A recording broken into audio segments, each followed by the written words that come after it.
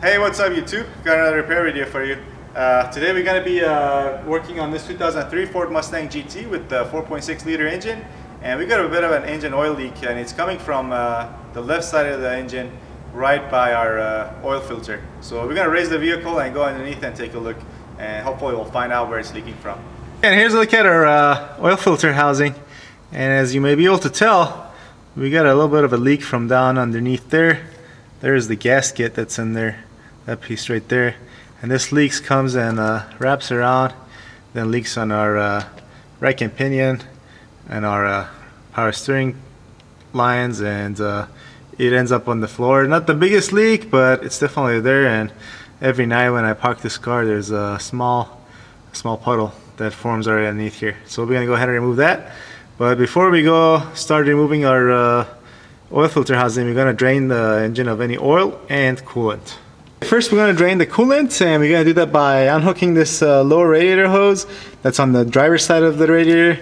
And as you can see, it's only held in by this clamp, so we're gonna take that clamp out, then twist and pull this.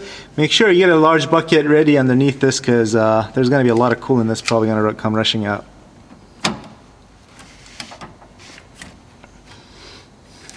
There we go.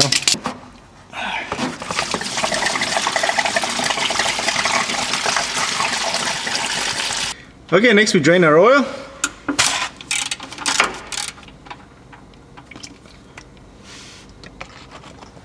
Okay, next we'll loosen our oil filter and then remove it. There we go. Next we gotta remove this connector for our oil pressure sending unit.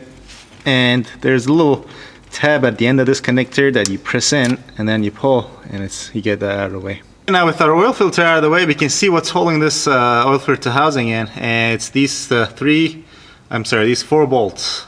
This one right there, that one, and these 2 here. So we're gonna go ahead and remove these next. Okay, here's number 1.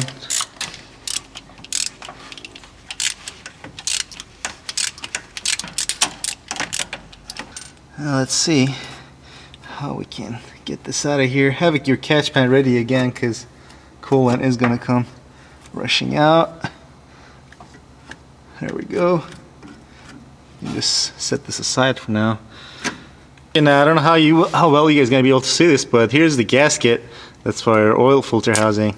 So we're just gonna go ahead and peel that off and get it out of the way. Next, we're gonna get some rags and maybe a small razor blade and clean this mating surface thoroughly. Also, don't forget to clean the oil filter housing side as well. Next, in order to put in our new gasket, we're gonna put we actually have no choice but to do this way. We put one of the bolts in, and then we put the gasket on the housing side. Actually gonna get another bolt and put this in, and then we'll start one of the bolts, and as soon as we start with one of the bolts, we put all the bolts in and make sure we can turn them in by hand, and then we start tightening them in. Okay, here we go. Let's see if we can make this work. Okay. Alright, got 1 bolt started.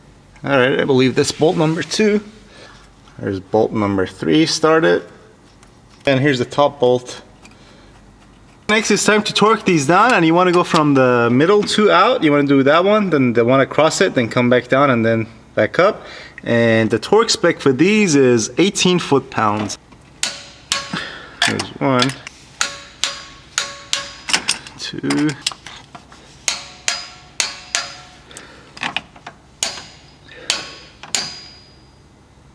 There's the last one. Okay, next we put this connector back on, then we add our oil filter. Make sure we reattach our hose to our radiator and put the clamp back on.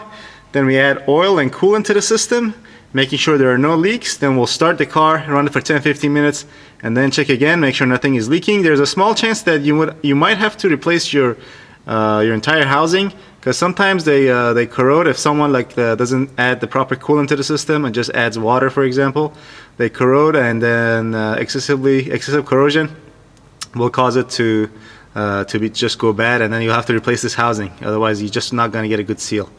Okay, so hope you like this video. If you found this video helpful, please give it a thumbs up and subscribe if you want to see more like it, and I'll see you next time.